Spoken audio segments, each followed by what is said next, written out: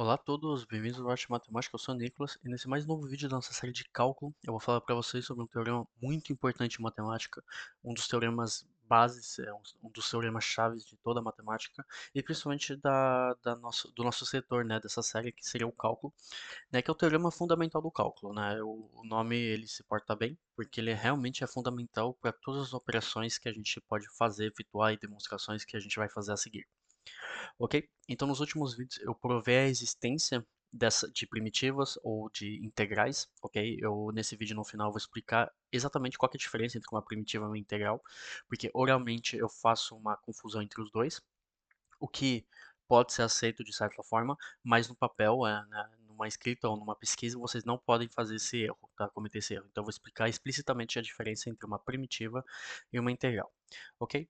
Então, vamos lá, o vídeo ele vai ficar mais leve porque o pesado da prova eu fiz no último vídeo, tá? Eu provei a existência de uma primitiva, de uma integral, e eu provei que essas funções, né, o fato dela ser contínua já mostra que ela é integrável no sentido de rima, ok? Então eu provei a existência, hoje nesse vídeo eu vou provar a unicidade e depois eu vou provar o teorema fundamental do cálculo, ok? Então a primeira prova que eu vou fazer seria desse primeiro teorema, né? Então a gente considera uma função f de a, b em R, né, tal que ela seja contínua em AB, né, e um lambda que pertence aos reais.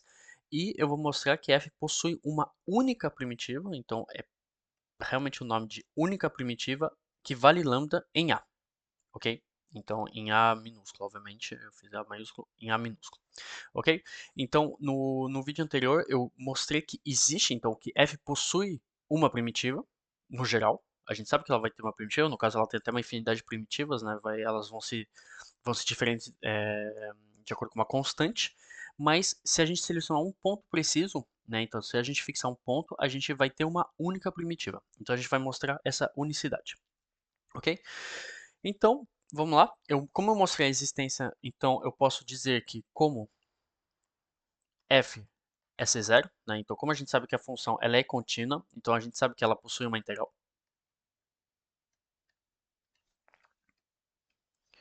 Ela possui uma integral. Então isso daqui a gente pode afirmar por teorema, essa é a condição suficiente, né, de existência de uma integral. Então como ela possui uma integral, a gente pode botar a função f, grande f, vocês vão entender por que eu vou chamar essa outra função de f maiúsculo no caso. Então uma função que vai de AB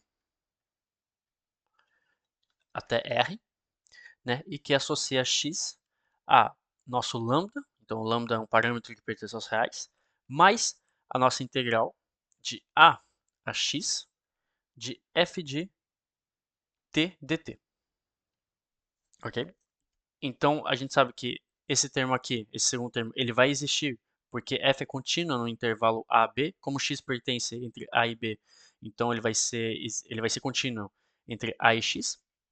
Ok? Então temos a existência e esse mais lambda, então a gente pode colocar essa função. Vocês vão entender por que eu coloquei essa função agora. Ok? Então no primeiro vídeo, no caso no vídeo anterior, eu mostrei a existência. Então no caso que eu mostrei em forma de integral, mas que leva às primitivas, é que vai existir um f apóstrofe. Então se a gente derivar essa função f, como lambda é uma constante, ela vai embora, né? A derivada de uma constante igual a zero. Esse termo aqui vai dar a nossa função, então f apóstrofe igual a f, ok? Então, quando a gente deriva isso, a gente tem f. A gente sabe que a derivada é a operação inversa da integração, né? É por isso que primitiva ou antiderivada é o nome. Então, isso a gente já demonstrou, tá? Agora eu vou mostrar a unicidade. Então eu quero saber que, no caso, a gente sabe que existe uma primitiva e que se a gente selecionar um ponto, então no ponto A, ela vai ser a única primitiva, tá? Não existe ambiguidade nesse caso, vai ser a única, ok? Para mostrar uma unicidade, a gente gosta de considerar outra primitiva e ver se elas são iguais, né? Se a gente mostrar que não importa que primitiva que a gente pegar, ela vai ser igual à primitiva que nós temos, então ela é única, ok? Então eu vou considerar uma primitiva g, tá? Então seja g uma outra primitiva, ou antiderivada, né? Uma outra primitiva de f que vale lambda, né? Então eu vou realmente escrever a mesma coisa que era F maiúsculo mais em G, que vale lambda em A. Ok? Então isso quer dizer o quê? Que elas são iguais quando a gente deriva, né? Porque se lambda vai embora, então elas são iguais. Então vai ter que G apóstrofe igual a F apóstrofe, que igual, então, a nossa função aqui. Então vai ser igual a F. Ok? Então temos isso. Então isso daqui quer dizer o quê? Como G apóstrofe igual a F apóstrofe, então a gente pode passar o G para esse lado. Então vai ficar F apóstrofe menos G apóstrofe que é igual a zero, né? Porque elas são iguais. Então se a gente faz a subtração, ela é igual a zero. Agora temos uma derivada que vale zero. Vocês sabem que a derivada é uma operação linear, tá? Eu demonstrei isso na minha série de derivadas, primeira série do canal. Então, a derivada é linear, então a derivada de uma subtração é a subtração das derivadas. Isso daqui vale zero, então uma derivada que vale zero é uma constante. Então temos que f menos g igual a zero. Ok? Isso daqui implica que para todo ponto, né, não importa que ponto, temos que f, a função f, vai ser igual à função g. Ok? Então, como eu mostrei aqui, se eu pegar, não importa outra primitiva que tem os mesmos parâmetros, então que vale lambda em A, isso quer dizer que ela vai ser igual ao nosso f aqui.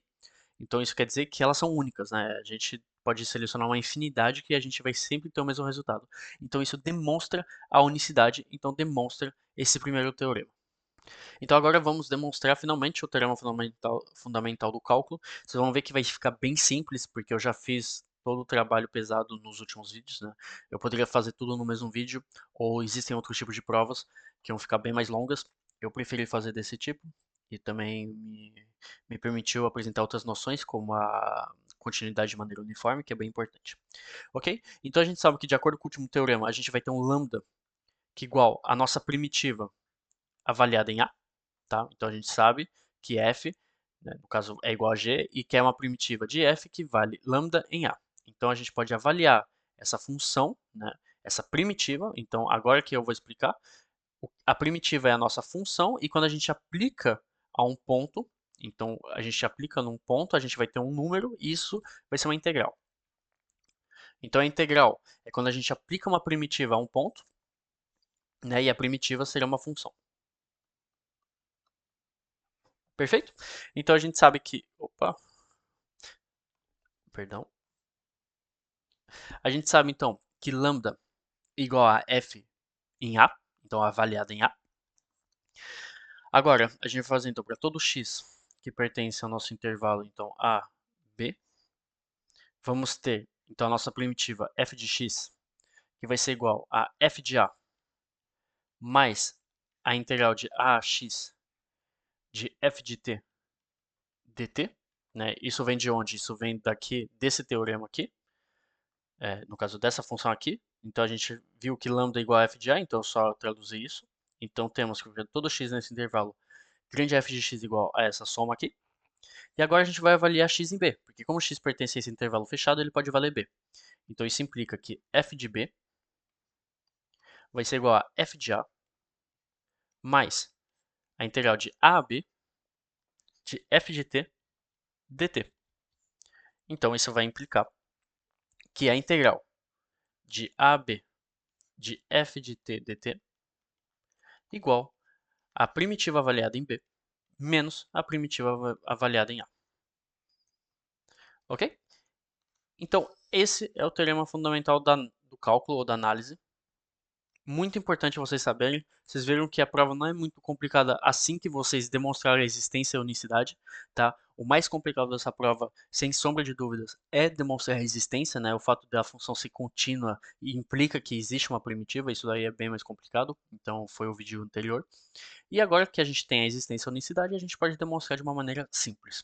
Ok? Então foi isso o vídeo de hoje, muito obrigado por ter assistido, a gente se vê nos próximos vídeos.